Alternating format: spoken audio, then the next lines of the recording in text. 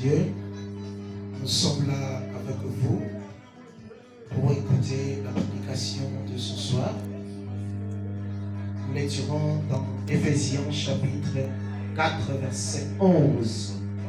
Nous lisons pour la gloire du Seigneur.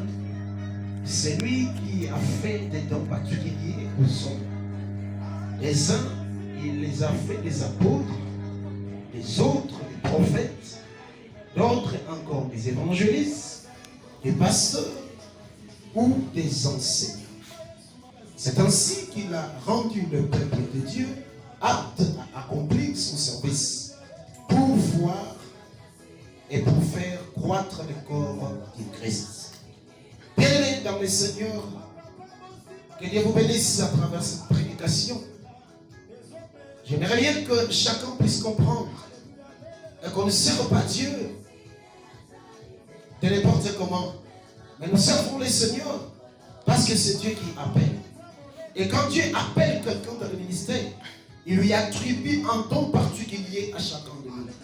Et c'est là où il est en train de parler et qu'il nous donne des dons particuliers. Et les uns, il a fait des apôtres, les autres les prophètes, les autres évangélistes, les autres des pasteurs et les autres des enseignants ou encore des docteurs. Et c'est ainsi qu'il a rendu apte son peuple dans les services pour croître.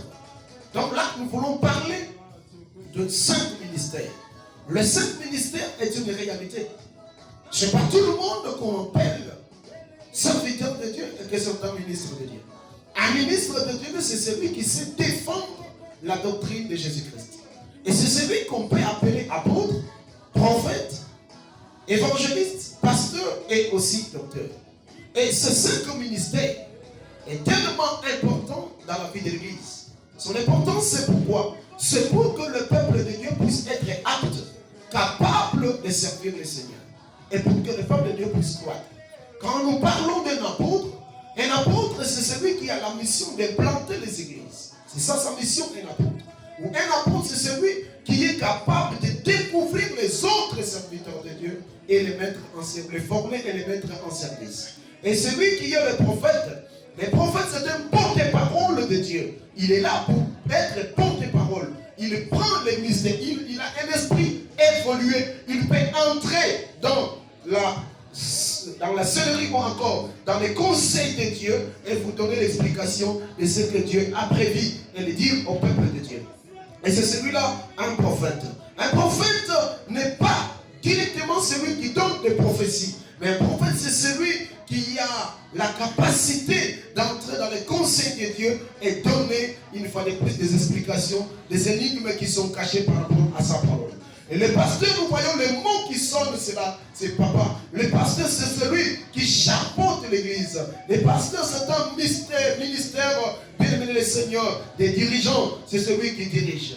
L'enseignant, donc le docteur, il est capable d'expliquer la doctrine biblique, la doctrine du Christ, bien aimé, réellement et exactement, je dirais, dans son exactitude. C'est celui-là qu'on appelle un enseignant ou un docteur. Bien aimé dans le Seigneur, vous devez me croire, les 5 ministères est une réalité. Pourquoi son importance? C'est pour que le peuple de Dieu soit apte. Lorsque vous avez un apôtre, bien aimé, vous ne manquerez jamais des serviteurs de Dieu dans votre église. Vous ne manquerez jamais des cellules. Vous ne manquerez jamais des serviteurs de Dieu qui sont formés. Lorsque vous avez des évangélistes, croyez-moi, l'évangéliste, son rôle, c'est un manager de l'église. C'est comme si quelqu'un qui a fait le management.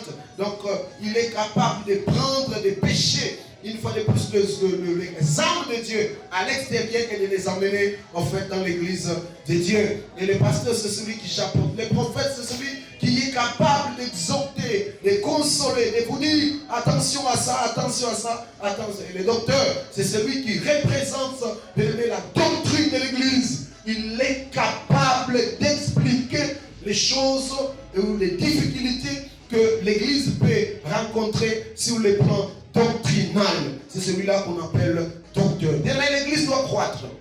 L'église doit grandir. L'église doit être apte. Mais nous sentons aujourd'hui beaucoup des églises où l'église de Dieu, les grands de Christ n'est plus apte. Pourquoi? Parce qu'il y a tant de ministères qui ne jouent même pas leur rôle. Nous devons jouer notre rôle en tant que ministre de Dieu et expliquer les choses telles que chacun a reçu sa mission. Voilà pourquoi est-ce que, bien aimé le Seigneur, je vous bénis et je vous bénis encore et je bénirai toujours. Que le Seigneur soit béni à travers ces messages.